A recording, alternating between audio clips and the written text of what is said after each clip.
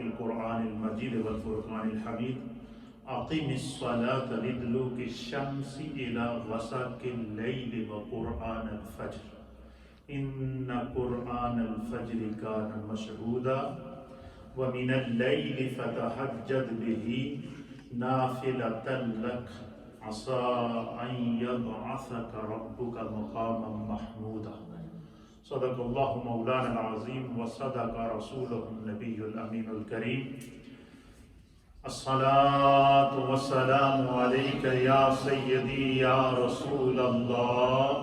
الصلاة والسلام علیک یا سیدی یا حبیب اللہ الصلاة والسلام علیک یا سیدی یا رحمت للعالمین۔ حضرات محترم سامعین عزیز وقار، خواتین و حضرات، سامعین و ناظرین، ہماری ہفتہ وار مجلس ذکر و دعا اور درس و تدریس کا یہ سلسلہ اللہ کے فضل سے کنٹینیو جاری و ساری ہے۔ قرآن حکیم فرقان مجید کا پارہ نمبر 15 ہے، سورت کا نام ہے سورہ بنی اسرائیل، اور اس کا کی آیت نمبر ہے 78 اور 79۔ یہ دو آیتیں میں نے آپ کی خدمت میں تلاوت کی ہیں، اور ان دو آیتوں کے اندر جو ہم دن رات میں اللہ نے ہم پر کتنی نمازیں فرض کی ہیں؟ 5۔ اگر کوئی آپ سے پوچھے کہ قرآن میں جو 5 نمازیں جو ہم پڑھتے ہیں یہ کہاں، ان کے اوقات کہاں سے ثابت ہیں، تو یہ جو 2 آیتیں میں نے آپ کے سامنے تلاوت کی ہیں، ان 2 آیتوں میں اللہ تعالیٰ نے دن رات میں جو 5 نمازیں پڑھی جاتی ہیں ان کے اوقات کو بیان کیا ہے، ان کے وقت کو بیان کیا ہے، اور یہ اشارۃ النص کے اوپر اللہ تعالیٰ نے 5 نمازوں کو بیان کر دیا۔ سب سے پہلے اس آیت کا ترجمہ سماعت فرمائیں، اور آج کا جو میرا ٹاپک ہے وہ بھی گزشتہ جو ٹاپک ہے اس سے ریلیٹیو ہے کہ جب بندہ عبادت کرتا ہے، ریاضت کرتا ہے، نماز کی تیاری کرتا ہے، تو سب سے پہلا وار اس کے اوپر شیطان کرتا ہے، اور اس کی کوشش ہوتی ہے کہ کسی طریقے سے اس بندے کو وسوسہ ڈالا جائے، اس کے ذہن کو خراب کیا جائے۔ کہیں تو وہ نماز کے اندر وسوسہ ڈال دیتا ہے، کہیں وضو کے اندر وسوسہ ڈال دیتا ہے، کہیں وہ جو ہے وہ انسان کی سوچ اور فکر اور تصور اور تخیل کے اندر گھس جاتا ہے، تو پھر انسان جو ہے وہ اپنے مقصد سے ہٹ جاتا ہے، اور جب بندہ اپنے مقصد سے ہٹ جائے تو اس کی کوشش ہوتی ہے اس کی توجہ جو ہے وہ اس طرف نہ ہو۔ لیکن میں نے آپ کے سامنے نبی پاک صلی اللہ علیہ وسلم کی حدیث پیش کی تھی کہ حضور نبی علیہ السلام نے فرمایا کہ جو بندہ نماز کا پابند ہو، قرآن کی تلاوت کا پابند ہو، اللہ کا ذکر اپنی زبان پر چلتے پھرتے اٹھتے بیٹھتے جاری رکھتا ہو، اور میں شیطان 1000 حربے کے باوجود اس پر کنٹرول نہیں کر سکتا۔ کیوں؟ فرمایا کہ جب اسے شیطان ورگلاتا ہے وہ کیا کرتا ہے؟ اللہ تعالیٰ اس نبی پاک نے فرمایا خدا میرے اس بندے کی زبان پر میرا ذکر جاری کر دیتا ہے، اور فرمایا کہ جہاں میرا ذکر ہوتا ہے وہاں پر شیطان نہیں ٹھہر سکتا، شیطان بھاگ جاتا ہے۔ قرآن حکیم فرقان مجید بھی سورہ بنی اسرائیل ہے، 15واں سپارہ ہے۔ اللہ نے فرمایا کہ اقیم الصلاۃ لدلوک الشمس الی غسق اللیل، کہ آپ سورج کے ڈھلنے سے لے کر رات کی تاریکی تک نماز قائم کریں، اور فرمایا وقرآن الفجر، اور قرآن پڑھیں، بے شک فجر کی نماز، ان قرآن الفجر کان مشہودا، بے شک فجر کی نماز کے قرآن پڑھنے میں فرشتے حاضر ہوتے ہیں۔ تو اس آیت کے تحت علماء اور محدثین اور مفسرین نے لکھا ہے کہ اللہ تعالیٰ نے فرمایا کہ اقیم الصلاۃ لدلوک الشمس، سورج کے ڈھلنے سے لے کر الی غسق اللیل، رات تک۔ تو یہاں پر لدلوک الشمس سے مراد جو دن کی نمازیں ہیں، ظہر کی نماز اور عصر کی نماز ہے، الی غسق اللیل، اور رات کے آخری حصے تک کی نماز سے مراد مغرب اور عشاء کی نماز ہے۔ وقرآن الفجر کہہ کے اللہ تعالیٰ نے پھر فجر کا الگ سے ذکر کر دیا۔ اس طرح ان آیات کے اندر اللہ تعالیٰ نے ہمیں دن رات کی جو 5 نمازیں قائم کرنے کی تاکید بھی فرما دی، اور ان 5 نمازوں کو جو دن رات کے 5 اوقات کے اندر ڈیوائیڈ کیا گیا ہے، تقسیم کیا گیا ہے، اس کی تقسیم کی طرف بھی اشارہ دے دیا ہے۔ تو اور پھر اللہ تعالیٰ نے اس کے ساتھ ہی دوسری آیت کے اندر فرمایا کہ اے میرے محبوب یہ جو 5 نمازیں ہیں یہ تو آپ کی امت کے لیے جو ہے وہ حکم ہے کہ وہ دن رات میں 5 نمازیں پڑھیں، لیکن فرمایا کہ اے محبوب آپ کے لیے حکم کیا ہے آپ کے رب کا؟ وَمِنَ اللَّيْلِ فَتَهَجَّدْ بِهِ نَافِلَةً لَكَ، اے محبوب آپ 5 نمازوں کے ساتھ آپ چھٹی نماز نماز تہجد بھی ادا کریں۔ اچھا یہ دیکھیں کہ 5 نمازوں کا حکم عمومی دیا پوری امت کے لیے، اور نماز تہجد کے لیے لکا کی ضمیر استعمال کر کے اللہ تعالیٰ نے اس نماز کو مصطفیٰ کریم کے ساتھ خاص کر دیا کہ محبوب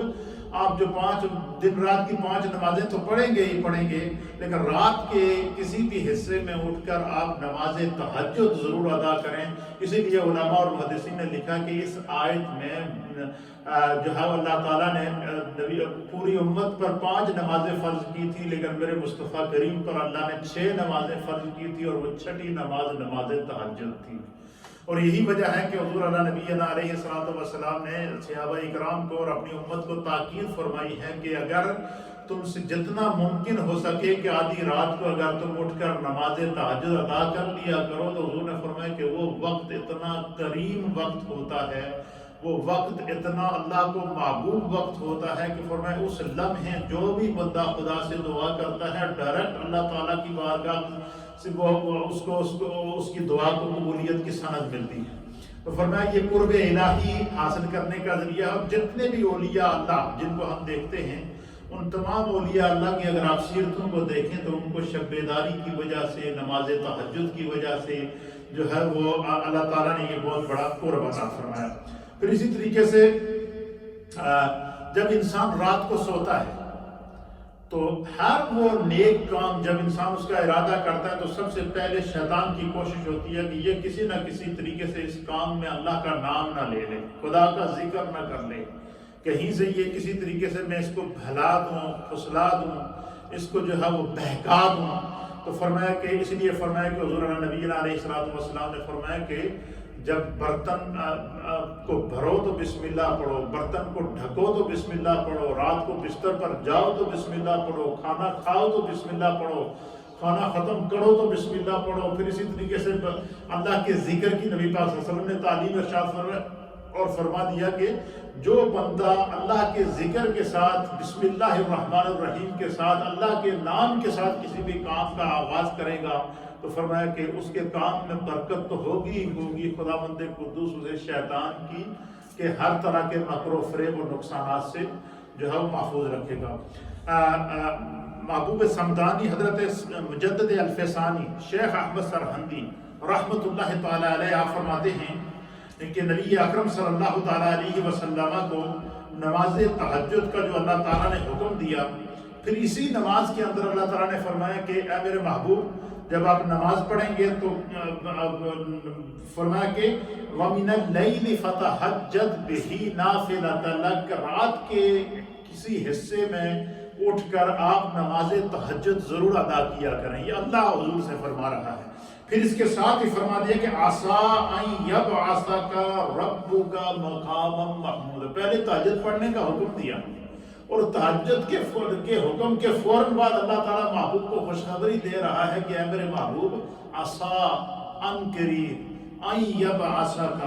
رَبُّكَ مَقَامًا مَحْمُودًا، ان قریب آپ کا رب آپ کو مقام محمود پر فائز کرے۔ اب دیکھیں 5 نمازوں کا حکم، اس کے بعد تہجد کا حکم، اور تہجد کے فوراً نماز تہجد کے فوراً بعد اللہ تعالیٰ خوشخبری دے رہا ہے کہ میرا محبوب آپ کا رب آپ کو مقام محمود عطا فرمائے گا۔ اب اس آیت آیات کی تفسیر کے اندر ہمارے مفسرین نے اس کی اور جہاں وجوہات لکھی، ایک بڑا پیارا ایمان افروز نقطہ لکھا ہے۔ مفسرین اور محدثین نے لکھا ہے حضرت مجدد الفسانی شیخ احمد سرہندی رحمۃ اللہ علیہ، یہ جو اولیاء اللہ ہوتے ہیں یہ جب کسی کوئی بات کرتے ہیں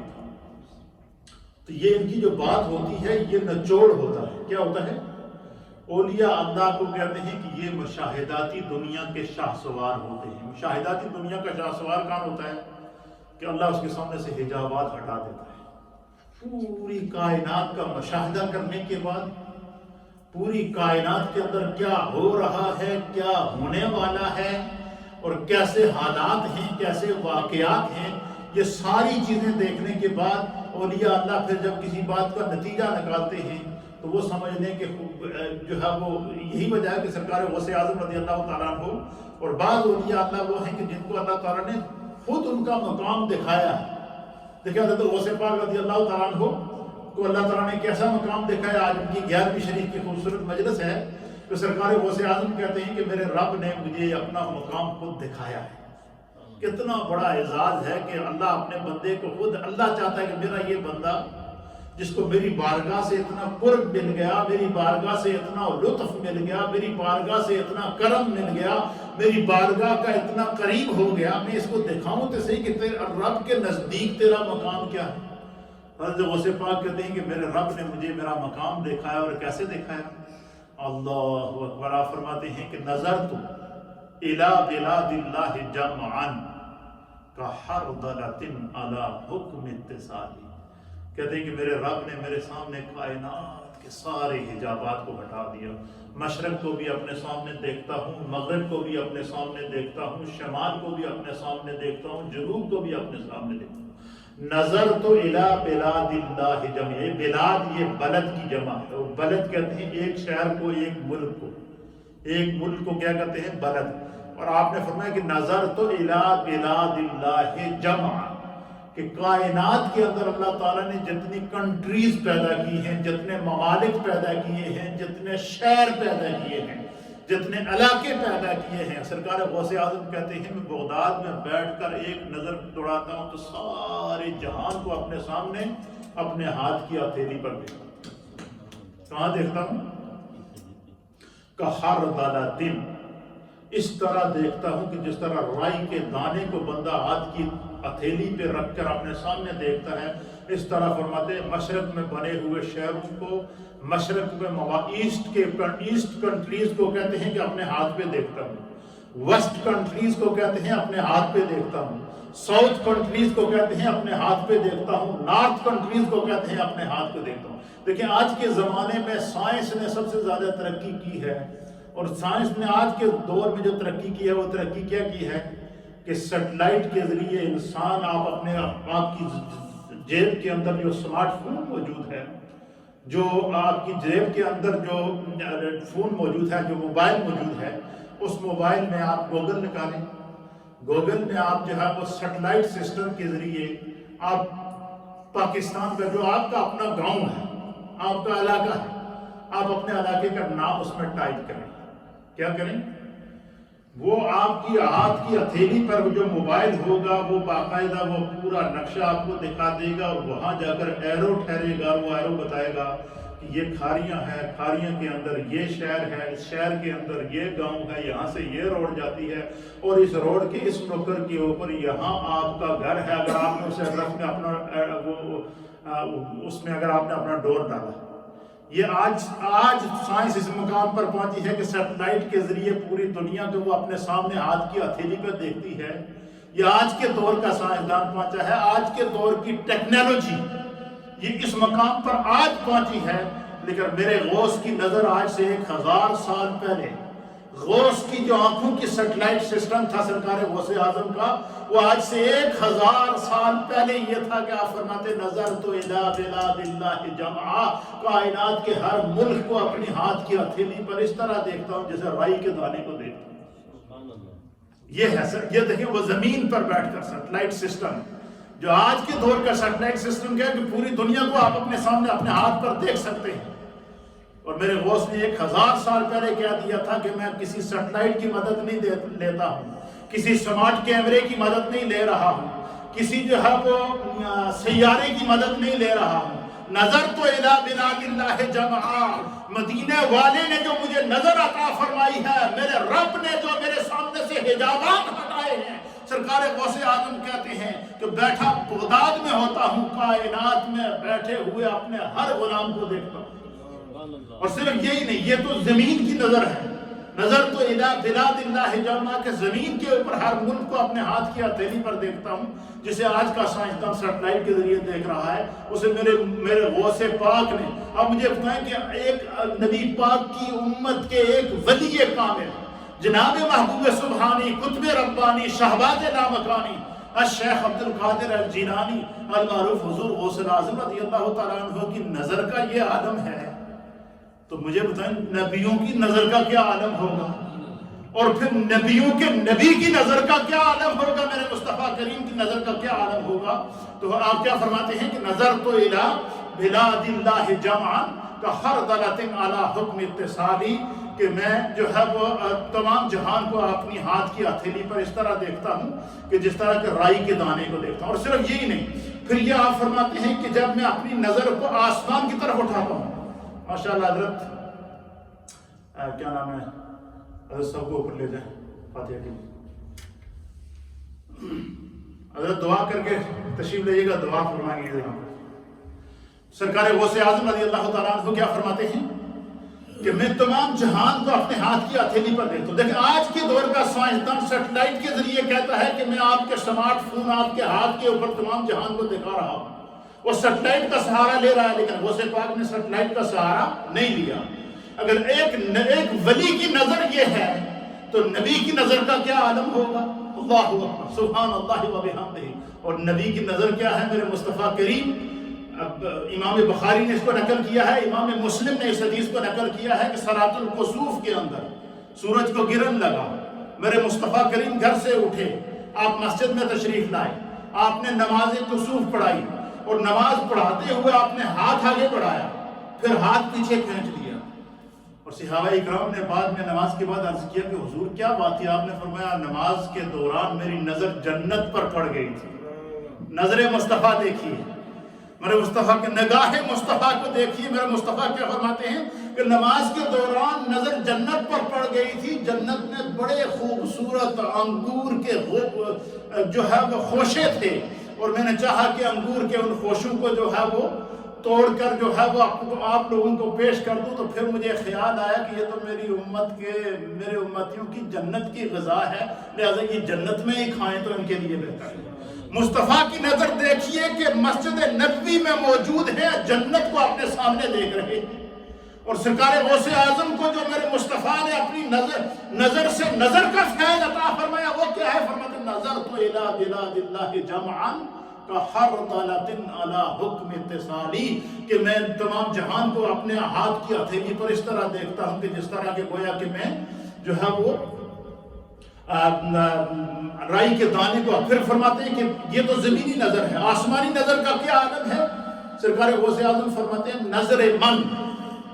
در لوح محفوظ است، کہ میری نظر تو یہ ہے کہ میں بیٹھا زمین پر ہوتا ہوں، اور لوح محفوظ پر جو ہے وہ آپ کی لکھی اپنے غلاموں کی لکھی ہوئی تختیاں پڑھ سکتا ہوں، ان کی تقدیر کو پڑھ کے سنا سکتا ہوں۔ یہ ہے اولیاء اللہ کی نظر، یہ ہیں وہ لوگ جن کو خداوند قدوس نے مشاہداتی دنیا کا شاہ سوار بنایا ہے۔ تو میرے مصطفیٰ کریم صلی اللہ تعالیٰ علیہ وسلم ان آیات کے اندر کیا فرمایا کہ ان میں ایک تو 5 نمازوں کی طرف اشارہ ہے، 5 نمازوں کے اوقات کی طرف، اقیم الصلاۃ لدلوک الشمس الی غسق اللیل، کہ آپ سورج کے ڈھلنے سے لے کر رات کی تاریکی تک نماز قائم کریں۔ دن کی اس میں ظہر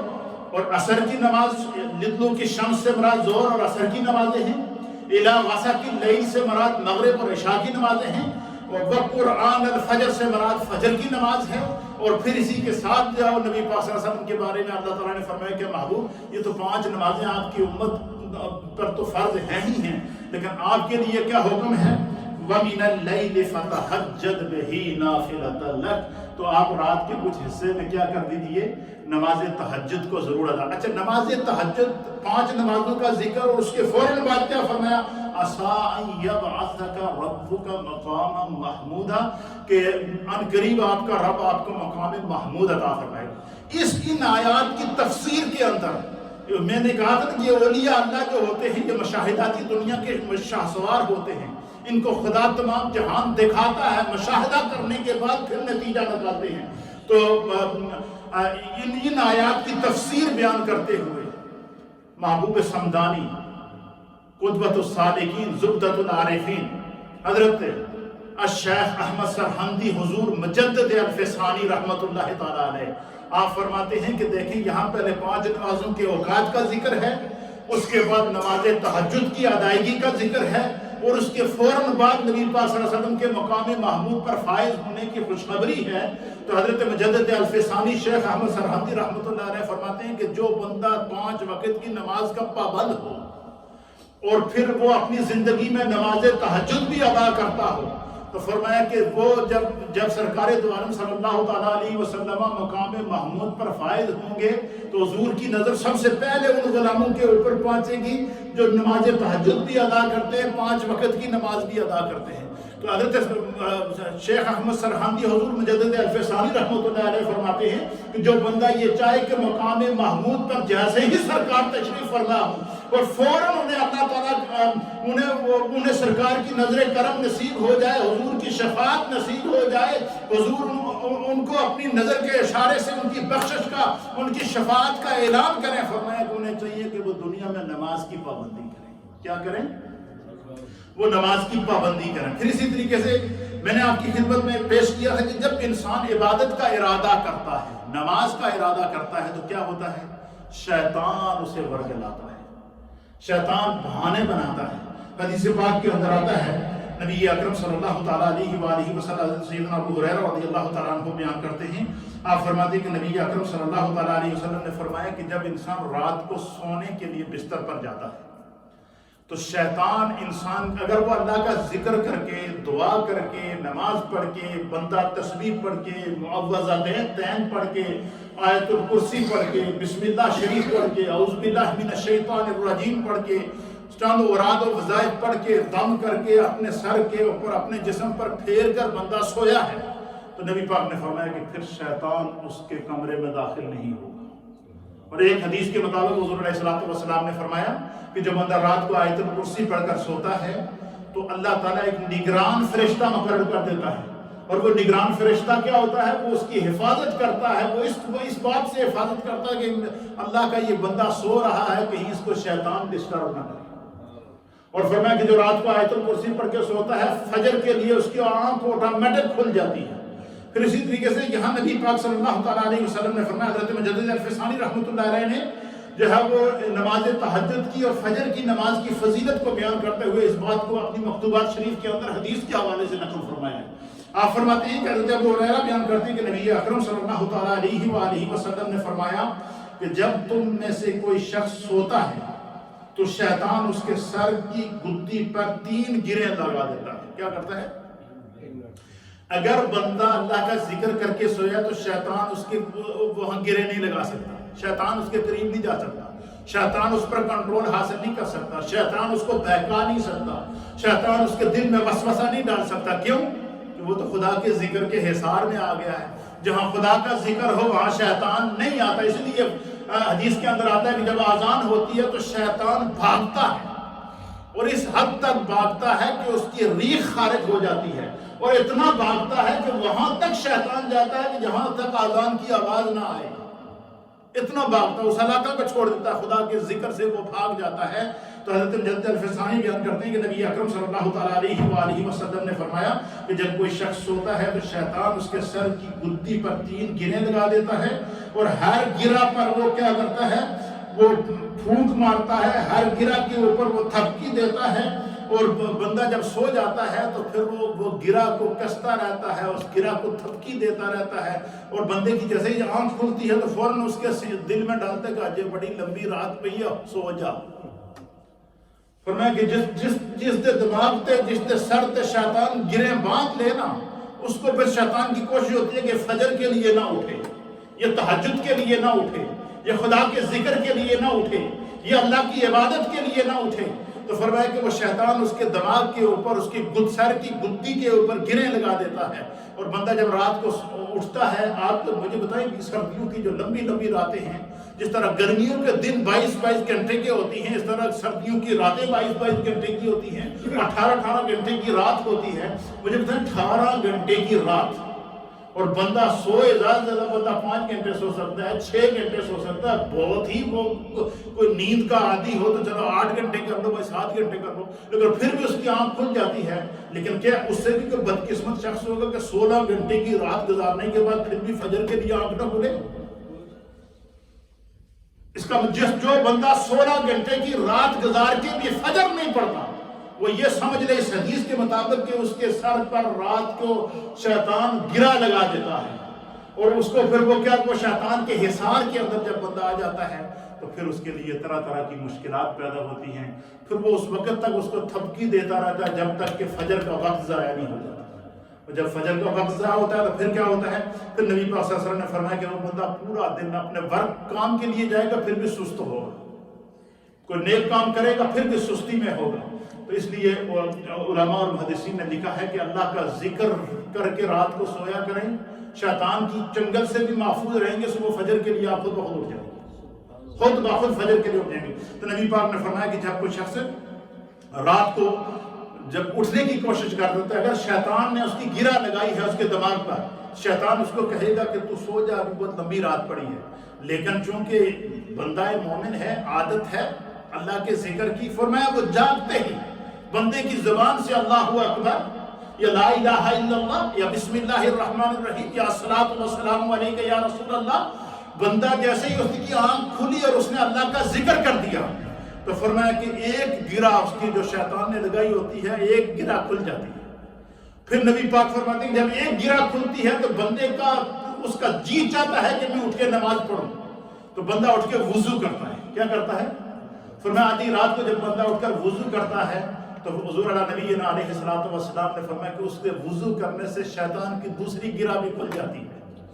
پھر سرکار فرماتے ہیں کہ جب بندہ نیند سے اٹھ کر وضو کر کے مصلے پر آتا ہے اور اللہ اکبر کہتا ہے تو فرمایا اس کی تیسری گرہ بھی کھل جاتی ہے، اور پھر کیا ہوتا ہے، چنانچہ ایسا شخص چست ہو جاتا ہے، اس کے جسم میں چستی آ جاتی ہے، اس کا جسم جو فریش ہو جاتا ہے، پھر اس جسم کے اندر طرح طرح کی جو ہے وہ سستی ختم ہو جاتی ہے، پھر بندہ چوک و چوبند ہو جاتا ہے، پورا دن اس کے کام میں بھی برکت، اس کی جاب میں بھی برکت، اس کے دن بھی اس کا خوبصورت گزرے گا۔ تو فرمایا کہ جو بندہ صبح اٹھ کر نماز پڑھتا ہے، رات کو نماز پڑھ کے سوتا ہے، 5 وقت کی نماز کا عادی ہے، اور جو تہجد کے لیے اٹھ جائے وہ نور علی نور ہے، وہ خدا کے قرب کے حصول کا ذریعہ بنے گا۔ تو یہ وہ اہتمام اور انصرام ہے، یہ وہ عبادت کی لذت ہے جو اولیاء اللہ کو اللہ نے نصیب کی، اور پھر انہوں نے اس کا نچوڑ نکال کر نبی پاک کی امت کے لیے پیش کیا۔ حضرت مجدد الفسانی رحمۃ اللہ علیہ فرماتے ہیں کہ شیطان کے چنگل کو بھی بچنا ہے تو رات کو اللہ کا ذکر کر کے نماز پڑھ کے سویا کرو، اللہ کا ذکر کر کے سویا کرو، صبح اٹھ کے خدا کا جیسے ہی رات کو آپ فرماتے ہیں رات کو جیسے ہی انسان کی آنکھ کھلے، وہ نماز کا ٹائم ہو نہ ہو، وہ اللہ اکبر لا الہ الا اللہ اعوذ باللہ من الشیطان الرجیم زبان سے اللہ کا ذکر ضرور کر دیا۔ فرمایا جو بندہ خدا کا ذکر کر لیتا ہے پھر شیطان اس کے بستر پر کے قریب نہیں آئے گا، شیطان کے چنگل سے بھی محفوظ رہے گا، شیطان کے وسوسے سے بھی محفوظ رہے گا، شیطان کے بہکاوے سے بھی محفوظ رہے گا۔ اللہ تعالی ہمیں دین کو سمجھنے کی توفیق عطا فرمائے۔ تھوڑا قریب آ جائے ذرا ذکر کرتے ہیں اور پھر انشاءاللہ دعا کی طرف